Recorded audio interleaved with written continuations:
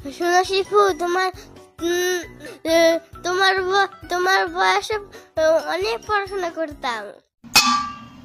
তাই নাকি? কিভাবে পড়াশোনা করতা শুনি? আমার কোনো বই ছিল না, গাছের পাতাতে লিখে লিখে পাতা ছিঁড়ে যেত। স্কুল ছিল মাত্র 599 কিলোমিটার দূরে। তাহলে যেতে যেতে কত সময় লাগতো? যেতে যেতে 2 দিন লেগে যেত। আর আসতে?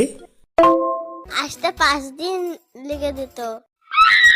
কেন আসতে দেরি হতো কেন?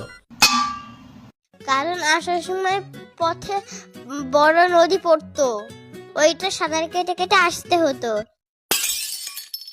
কিন্তু তুমি তো সাঁতার জানো না।